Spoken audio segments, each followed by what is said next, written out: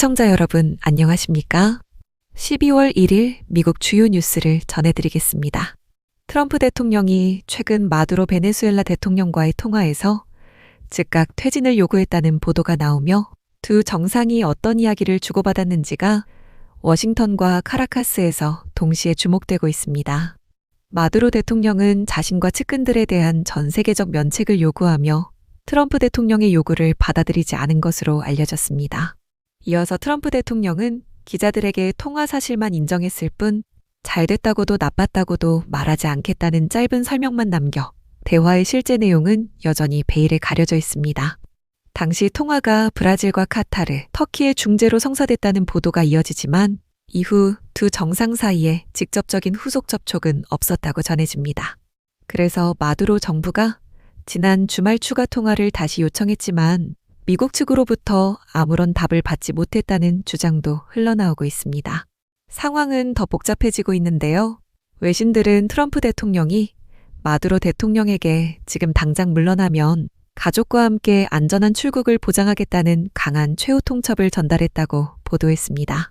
하지만 마두로 대통령이 군 통제권 유지 등 여러 조건을 내세웠다는 이야기가 나오며 협상 여지는 크게 좁아진 모습으로 비칩니다.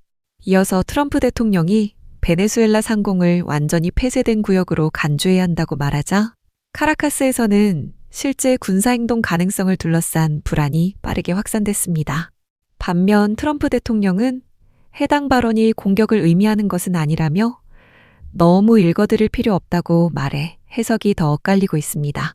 또 미국 정부는 베네수엘라가 불법 마약 공급에 관여했다고 판단해 카리브해에서 의심선박을 겨냥한 작전을 수개월째 이어오고 있으며 CIA 비밀작전 승인 보도까지 나오면서 압박 수위가 한층 높아진 상황입니다. 현재 베네수엘라 의회는 미국의 해상 공격 의혹에 대한 조사에 착수했다고 밝힌 상태입니다. 다음 뉴스입니다. 미국과 우크라이나가 일요일 플로리다에서 만난 5시간의 협상에서 러시아와의 평화 합의가 이뤄질 경우 사실상 국경선을 어디에 설정할지를 집중적으로 논의했다는 소식이 전해지며 협상 흐름이 새로운 국면에 들어선 것으로 보입니다. 우크라이나 측은 이번 협상이 쉽지 않았고 분위기도 강도 높았지만 실질적인 진전은 있었다고 평가했습니다. 이어서 회의는 처음에는 확대 형식으로 시작됐지만 곧 3명씩만 남는 소규모 회의로 전환되며 영토 문제 하나에만 초점이 맞춰졌다고 전했습니다. 미국 측에서는 스티브 위트코프 특사와 마르코 루비오 국무장관, 제러드 쿠슈너가 참석했고 우크라이나는 루스템 우메로프 안보실장과 안드리 흐나토프 참모총장, 바딤 스키비츠키 정보부차장이 자리했습니다. 그래서 우메로프 실장은 협상 종료 후 위트코프 특사와 별도 단독 면담을 갖고 이어 젤렌스키 대통령에게 직접 내용을 보고한 것으로 알려졌습니다. 미국은 푸틴 대통령이 도네츠크와 루한스크를 포함한 동부 돈바스 전역 통제 의지를 고집하는 상황에서 우크라이나가 일정 지역을 넘겨주는 방안을 검토해야 한다고 요구한 것으로 전해졌습니다. 반면 우크라이나는 국가 존속을 해치지 않는 선에서 미국이 원하는 성과를 도울 수 있지만 추가 침공을 막을 안전장치가 반드시 보장돼야 한다는 입장을 고수했습니다. 이와 함께 트럼프 대통령은 플로리다에서 워싱턴으로 이동하는 전용기 안에서 보고를 받았다며 합의에 이를 가능성이 충분히 있어 보인다고 말해 기대감을 드러냈습니다. 루비오 장관은 협상 후 아직 더 다듬어야 할 부분이 많다고 설명하며 다양한 이해관계가 얽힌 만큼 이번 주 후속 일정이 중요하다고 강조했습니다. 우메로프 실장은 텔레그램을 통해 양측 입장이 더 가까워졌고 주권과 안전보장이라는 핵심 목표는 흔들리지 않는다고 밝히며 희망적인 분위기를 전했습니다. 지금 우메로프 실장은 프랑스 파리에서 젤렌스키 대통령과 만나 협상 내용을 더 구체적으로 보고할 예정이고 위트코프 특사는 월요일 모스크바로 떠나 이틀 뒤 푸틴 대통령과 직접 만날 계획입니다. 다음 뉴스입니다. 워싱턴에서 주 방위군 2명이 총격을 당한 사건 이후 트럼프 대통령이 희생자 가족들을 백악관으로 초청했다고 밝혔습니다. 트럼프 대통령은 숨진 백스트롬 하사의 부모와 중상을 입은 울프 중사의 가족 모두와 통화했으며 두 가족이 준비되면 백악관에서 이들을 예우할 계획이라고 설명했습니다. 이어서 트럼프 대통령은 백스트롬 하사의 부모가 믿을 수 없을 정도로 충격을 받은 상태였다고 전하며 사고 직후 가족들이 겪는 혼란과 슬픔에 대해 말을 아꼈습니다. 울프 중사는 현재도 병원에서 위중한 상태로 치료를 받고 있으며 웨스트 버지니아주 정부와 지역사회는 연일 기도와 응원의 메시지를 보내고 있습니다. 그래서 지난 주말 웨스트 버지니아 웹스터 카운티 고등학교에서는 주민들이 촛불을 들고 두장병을 추모하는 자리가 마련되기도 했습니다.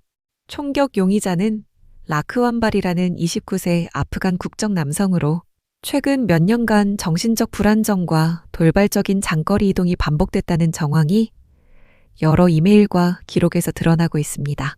이와 함께 AP통신은 용의자가 가족과의 소통을 거의 끊고 어두운 방에 틀어박혀 지내며 직장을 반복적으로 그만두는 등 일상 기능이 크게 무너졌다는 경고가 오래전부터 있었다고 전했습니다. 하지만 당시 그를 돕고자 했던 이민단체의 방문은 제대로 된 접촉으로 이어지지 않았고 누구도 그가 타인에게 폭력을 행사할 수 있을 것이라고 예측하지 못한 것으로 나타났습니다.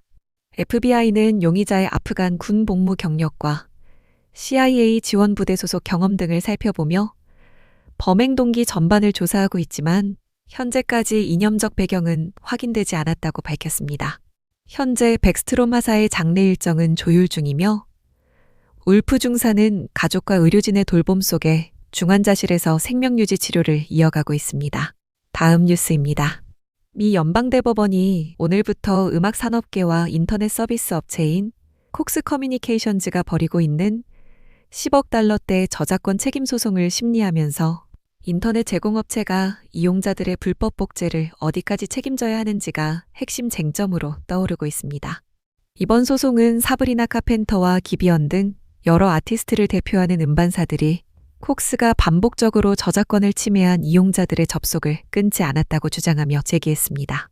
음반사들은 특정 IP 주소에서 수십 차례 불법 복제가 이루어졌다는 경고를 콕스에 보냈지만 회사가 사실상 방치했고 내부적으로는 DMCA는 필요 없다는 식의 태도까지 드러났다고 말합니다.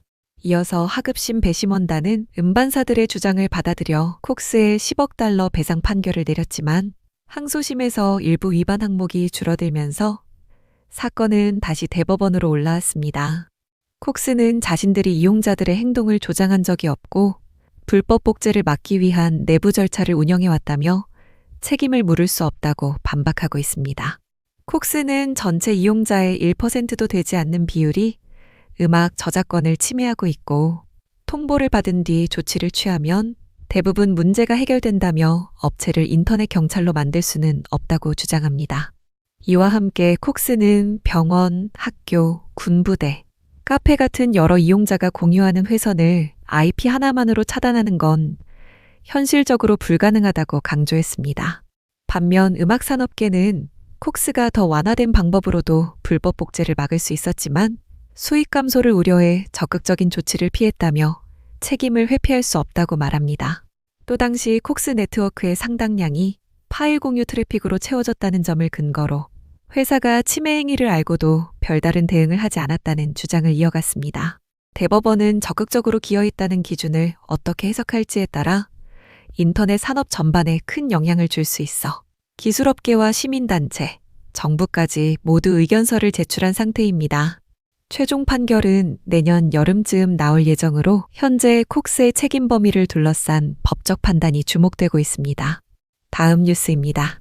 테슬라 CEO 일론 머스크가 앞으로 20년 안에 일하는 게 선택이 될 것이라며 인공지능과 로봇 발전 속도를 구체적으로 언급했습니다. 머스크는 공동 창업자 니킬 카마트가 진행하는 팟캐스트에서 AI와 로봇이 대부분의 생산과 서비스를 담당하게 되면 사람들이 필요로 하는 물건과 서비스를 원하는 시점에 쉽게 확보할 수 있을 것이라고 설명했습니다. 이어서 그는 노동의 필요성이 줄어들면 돈의 역할도 크게 줄어들 수 있다며 로봇이 생산의 핵심을 맡는 미래를 예상했습니다. 또 머스크는 AI가 인간이 요구하는 일을 모두 처리하고 난 뒤에는 AI가 AI를 위해 일하는 단계가 올 수 있다고 말했습니다. 그래서 지난 19일 미국 사우디 투자 포럼에서도 같은 전망을 반복하며 로봇 기술이 발전하면 생산 비용이 크게 낮아질 수 있다고 덧붙였습니다. 머스크는 최근 자신의 SNS에 테슬라 휴머노이드 로봇 옵티머스가 건설 현장과 주방, 재난훈련장, 체육관 등에서 작업을 수행하는 38초짜리 영상을 직접 올렸습니다.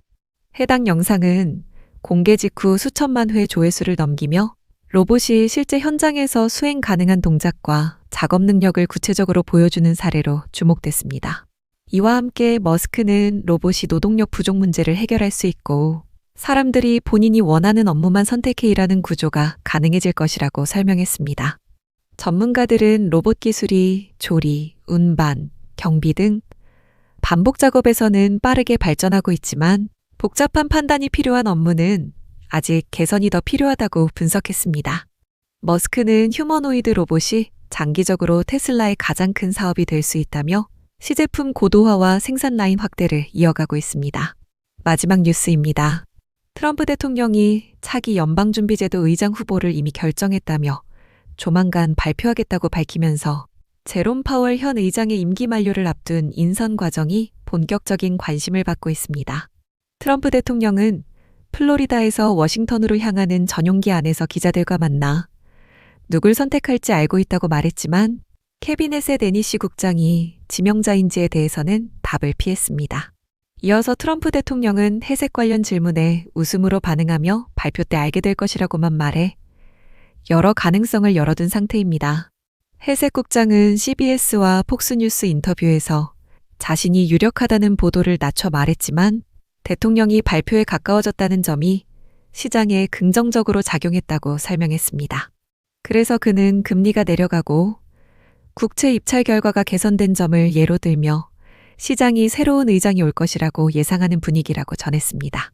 후보군에는 해색 국장 외에도 크리스토퍼 월러 연준이사, 전 연준이사 케빈 워시 등이 포함된 것으로 알려졌습니다. 재무장관 스콧 베센트는 지난주 5명을 인터뷰한 뒤 최종 후보 명단을 대통령에게 전달했다며 연준에는 과거가 아닌 미래를 보는 인물이 필요하다는 의견을 밝혔습니다. 반면 파월 의장은 트럼프 대통령의 잦은 금리 인하 요구를 받아온 상황에서 경제 성과를 둘러싼 양측의 시각차가 계속 이어지고 있습니다. 최근 살아난 생활비 부담과 높은 금리 흐름은 트럼프 행정부의 경제 공약 이행 여부와 직접 연결되며 정치적 부담으로도 작용하고 있습니다. 민주당은 여러 지역 선거에서 주거비와 공공요금 등 생활비 문제를 집중적으로 제기하며 트럼프의 경제정책이 부담을 키웠다는 점을 강조해왔습니다. 현재 파월 의장의 임기는 내년 5월 종료 예정으로 트럼프 대통령의 발표 시점과 지명 이후 인준 과정이 향후 금융시장에 영향을 줄 전망입니다. 이상으로 오늘의 뉴스를 마칩니다. 시청해주셔서 감사합니다.